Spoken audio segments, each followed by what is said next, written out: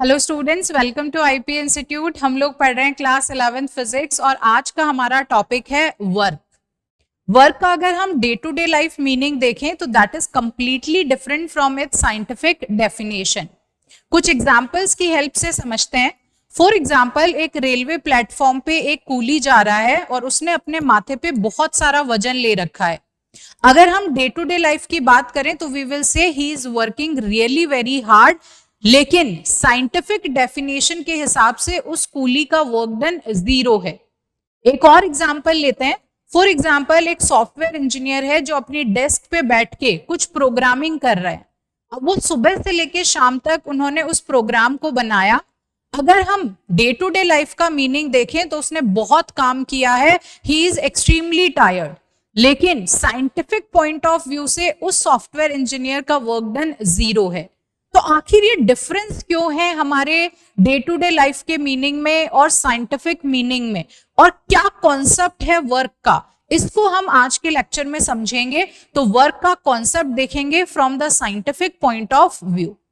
From the scientific point of view, work की definition कहती है अगर किसी भी ऑब्जेक्ट पे हम फोर्स लगाते हैं और फोर्स लगाने पे उस ऑब्जेक्ट का कुछ डिस्प्लेसमेंट हुआ, इसका मतलब वहां पे वर्क डन हुआ है, अदरवाइज हम वर्क हुआ नहीं मानते। So the scientific definition of work is a work is said to be done if on applying the force there is some displacement। अगर मैं नॉर्मली बात करूं तो आप कह सकते हो the energy transfer due to the mechanical means is known as work done. यहीं से हम इसका मैथमेटिकल फॉर्मूला भी लिख सकते हैं। The mathematical formula for the work done will become W is equal to force into displacement. हम इसी डेफिनेशन को थोड़ा सा और रिफाइन करते हैं, इसके फॉर्मूले को थोड़ा सा और रिफाइन करते हैं। For example, there is one box और इस बॉक्स के ऊपर हमने कुछ फोर्स अप्लाई किया, that is in this direction, this is the applied force. अब ये जो अप्लाइड फोर्स है, it is making some angle theta with the horizontal. यहां से हम जानते हैं कि जैसे ही कोई फोर्स किसी एंगल थीटा पे होगा तो हमें उसे रिजॉल्व करना होता है। We will resolve it into the horizontal component, that will become f cos theta, और इसका वर्टिकल कंपोनेंट हो जाएगा f sine theta. This is the force that has been applied. अब फोर्स अप्लाई करने पे ये जो ऑब्जेक्ट पहले ए पोजीशन पे था, now this has been shifted to this position B. तो ऑन अप्लाइंग द फोर्स इसके अंदर कुछ डिस्प्लेसमेंट आया, तो डिस्प्लेसमेंट आया फोर्स अप्लाई करने पे, मतलब वर्क डन है यहाँ पे। अब वो वर्क डन कैसे लिखा जाएगा? Force into displacement. और फोर्स में भी हम कौन सा कंपोनेंट लेंगे? जो डिस्प्लेसमेंट की डायरेक्शन में होता है। डिस्प्लेसमेंट ए से बी की तरफ हो रहा है और जो ए से बी की तरफ फोर्स का कंपोनेंट है that is F cos theta. तो यहाँ पे वर्क डन का फॉर्मूला क्या आ जाएगा? The formula for the work done will be F cos theta into displacement, or you can say Fs cos theta. So this will be the mathematical formula for the work done. ये W is equal to Fs cos theta. Proper तरीके से define करते हैं। The work done by the force is the product of component of the force in the direction of displacement and the magnitude of displacement। मतलब हमें कौन सा component लेना है फोर्स का? जो डिस्प्लेसमेंट के डायरेक्शन में है, और उसको डिस्प्लेसमेंट से मल्टीप्लाई करेंगे तो we will be getting the work done. तो वर्क डन की डेफिनेशन हमने देख ली, हमने इसका मैथमेटिकल फॉर्मूला देख लिया। अब हम बात करते हैं units and dimensions of the work done. Units में there are two types of unit. One we have the absolute unit, one is the absolute unit of work and another one is the gravitational, or you can say the practical unit of work।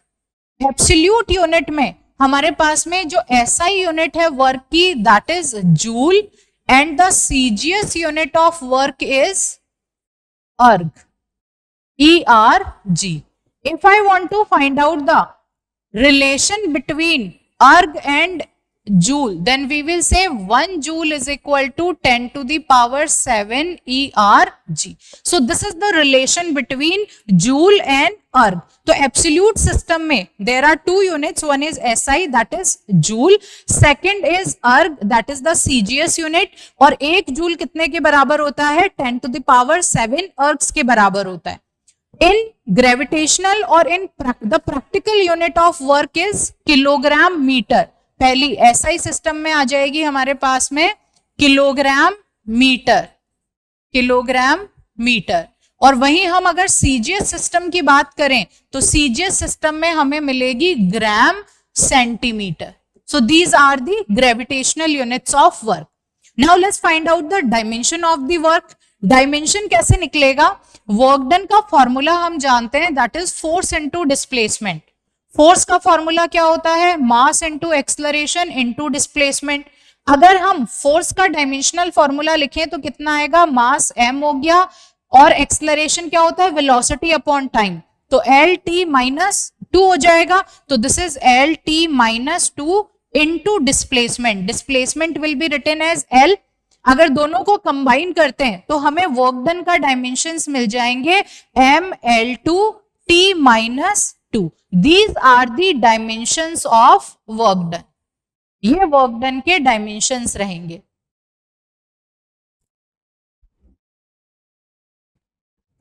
So this was about the units and dimensions of work. आगे चलते हैं. Let's talk about the nature of the work done. Nature of the work done में there are 3 types. One is positive work done, second is negative work done and third one is zero work done. पहला case लेते हैं positive work done का. Positive work done से मतलब है अगर हमने किसी ऑब्जेक्ट पे फोर्स लगाया और जिस डायरेक्शन में हम फोर्स लगा रहे हैं उसी डायरेक्शन में डिस्प्लेसमेंट हो रहा है, इसका मतलब वर्क डन कैसा आएगा? That will be positive. Example लेते हैं. इस पेन को अगर मैं नीचे छोड़ दूं अपने हाथों से तो इस पे ग्रेविटी एक फोर्स लगाएगी इन द डाउनवर्ड डायरेक्शन और इसका जो डिस्प्लेसमेंट है वो भी डाउनवर्ड डायरेक्शन में होगा. तो यहाँ पे वर्क डन कैसा आया? The work done is positive. तो जब हमारा फोर्स भी इसी डायरेक्शन में है और डिस्प्लेसमेंट भी इसी डायरेक्शन में है, then the work done will be positive. इसके लिए हम एक दूसरा केस और ले लेते हैं. वर्क डन का फॉर्मूला होता है FS cos थीटा. मतलब ये फोर्स और डिस्प्लेसमेंट पे तो डिपेंड करता ही है, इसके साथ साथ ये फोर्स और डिस्प्लेसमेंट के बीच का एंगल कितना है उस पे भी डिपेंड करता है. तो अगर हमारा ये जो एंगल थीटा है, ये थीटा कहां से कहां लाई कर रहा है? 0 डिग्री से 90 डिग्री तक लाई कर रहा है. तो उस वाले केस में हमें वर्क डन पॉजिटिव मिलेगा. वर्क डन पॉजिटिव क्यों मिलेगा? क्योंकि हम क्वाड्रेंट्स जानते हैं, ये 0, ये 90 डिग्री, ये 180 डिग्री. अगर हम फर्स्ट क्वाड्रेंट देखें तो यहाँ पे कॉस थीटा की वैल्यू पॉजिटिव आएगी, लेकिन जैसे ही हम सेकंड क्वाड्रेंट में आते हैं यहाँ पे कॉस थीटा की वैल्यू नेगेटिव हो जाती है. तो इसका मतलब 0 से 90 डिग्री वाला जो फर्स्ट क्वाड्रेंट है हमारे पास में, उसमें कॉस थीटा पॉजिटिव है, तो जो वर्क डन आएगा that will also be positive. Negative work done का क्या मतलब हुआ?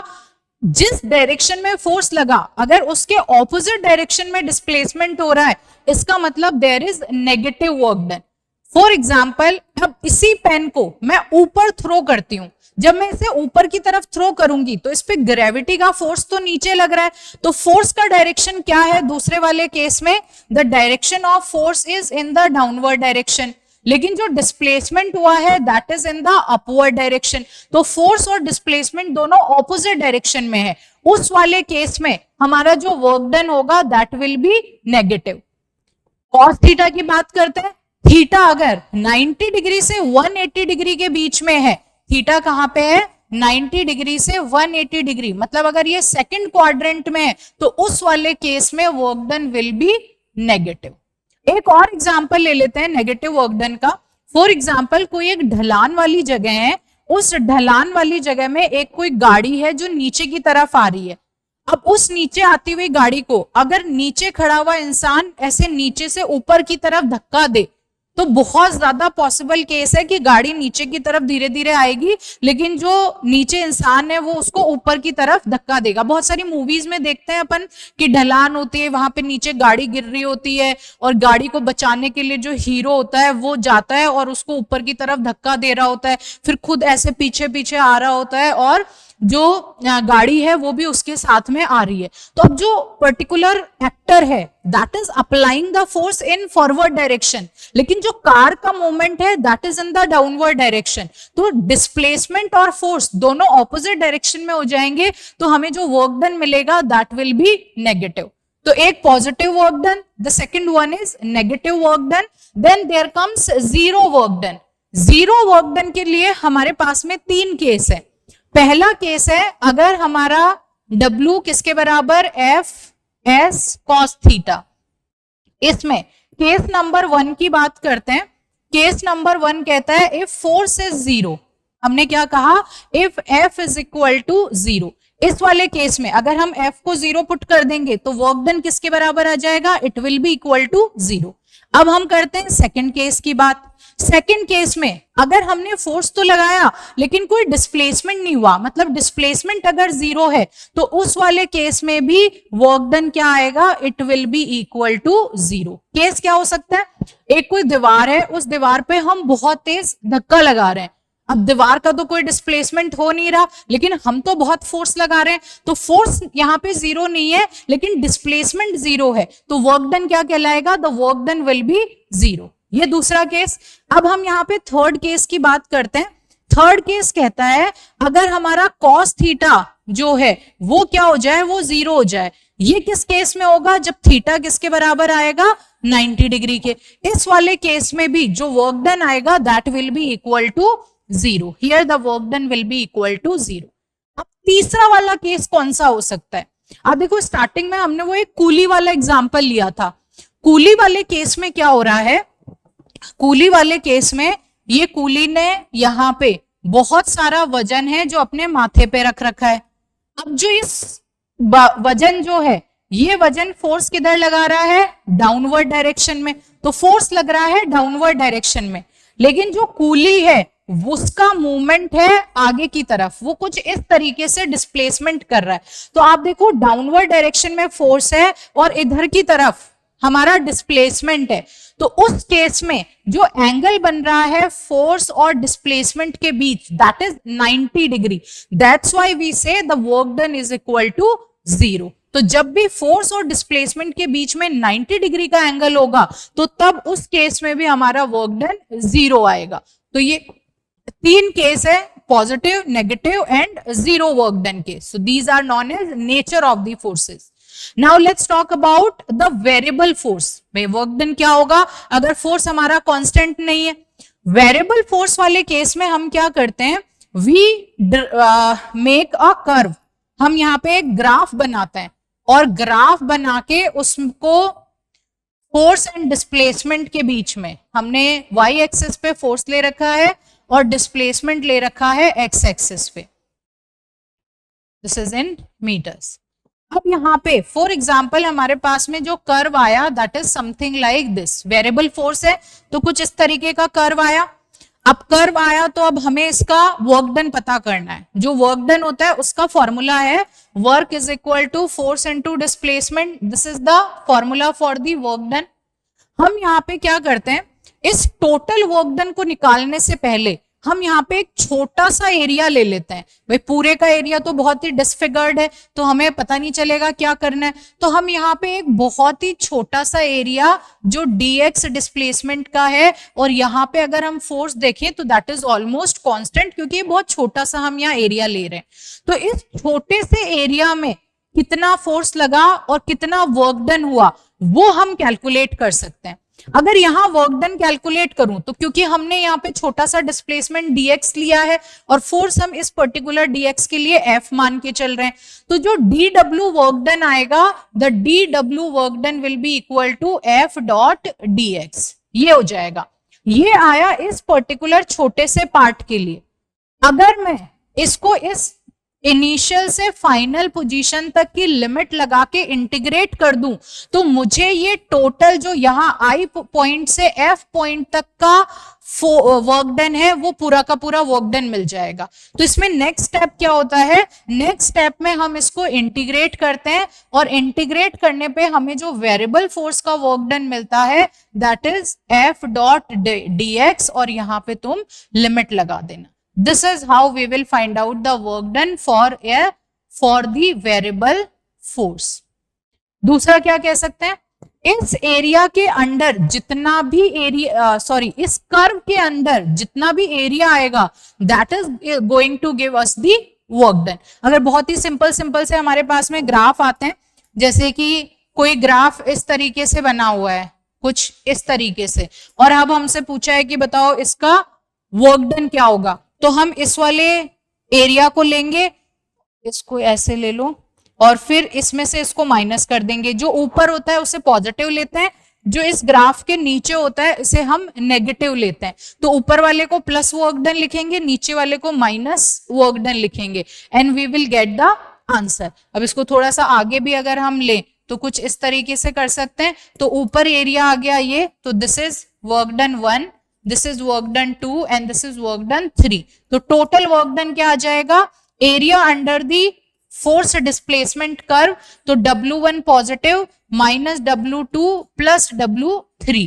और अब ये एरिया क्या होगा, वी आर हैविंग, इसको ट्रायंगल मान लो, ये भी ट्रायंगल है, ये हमारे पास रेक्टेंगल है, एंड इनका एरिया का फॉर्मूला लगा देंगे and we will get the answer.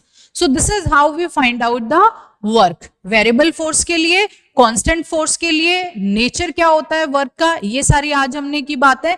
आगे वाला जो हमारा लेक्चर होगा उसमें हम एनर्जी का कॉन्सेप्ट पढ़ेंगे, conservative and non conservative forces के बारे में पढ़ेंगे। Thank you everyone, thank you so much.